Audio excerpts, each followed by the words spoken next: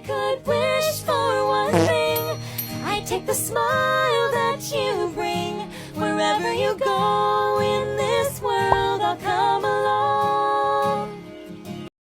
Hello everyone! Today we are going to dive into our fundamental topics in linguistics. It's an introduction to morphology. In this session, we will break down four core concepts: morph, morpheme, allomorph, and the distinction between a morpheme and a syllable. This material will be presented by me, Lila, and my friend Jihan. Next, we move to the next slide as a learning objective. So before we get into the details, let's look at our learning objectives for today. By the end of this lesson, you should be able to define morph, morpheme, and allomorph. You will also learn how to distinguish a morph from a morpheme, explain the difference between morphemes and syllables, and successfully identify morphemes within English words. Next, we move to the next slide. What is morphology? Let's start with the basic.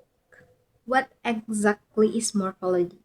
Simply, morphology is the branch of linguistics that studies the internal structure of words and how they are formed, while syntax look at the how words combine into sentence. Morphology focuses on breaking down the structure with a single word.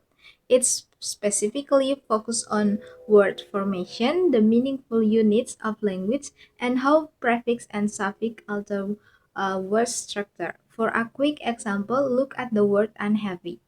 It is formed by combining two distinct units, the prefix "an", meaning not, and the root word "happy". When joined, they form a new structure with the meaning not happy. Next, we move to the next slide. What is a morph? Now let's move on to our first key term, morph. By definition, a morph is the actual physical form, either spoken or written, of a morpheme. What do we mean by physical form? Let's look at the example on the slide. We have "an" in unhappy, the word "cat" in the cats, and the suffix "s" in the cats. The actual letters we write or the specific sound we pronounce are the morphs. Think of a morph as the concrete, tangible shape a word unit takes when it appears on a page or in speech. I think that's all I can explain. Next, it will be explained by my friend Jihan. Okay, I will explain about morpheme. So, what is a morpheme? A morpheme is the smallest unit of language that has meaning or grammatical function. There are two types of morphemes. The first is a free morpheme. A free morpheme can stand alone as a word, such as book, play, or cat. The second is bound morpheme. A bound morpheme cannot stand alone. It must attach to another morpheme. Example includes as, ed, an, and this. This bound morpheme changes the meaning or grammatical function of a word. Okay, next slide is an example of morpheme. So let's look at some example. The word books has two morphemes, book and is. The word played consists of play and ed.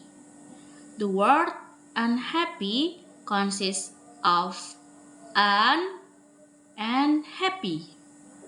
The word singer consists of sing and er. As you can see, every morpheme contributes meaning to the whole word. Okay, next I will explain about allomorph. What is an allomorph? An allomorph is different pronunciation or form of the same morpheme. A common example is the English plural ending. Although we read as its pronunciation changes. For example, cats is pronounced with S, cats. Dog is pronounced with Z, dogs. Boxes is pronounced with is, boxes. Even though the pronunciation changed, they all have exactly the same meaning, plural. Therefore, they are called allomorph of the plural morpheme. Okay, so let's explain about morpheme versus syllable. Many students confuse morphemes with syllables.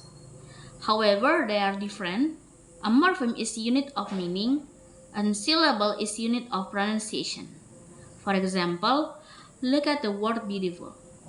Beauty and full, but it has 3 syllables. Beautiful. So morpheme focus on meaning, while syllable focus on pronunciation. So that's all from our team. Thank you. If we have mistake, I'm so sorry and bye bye.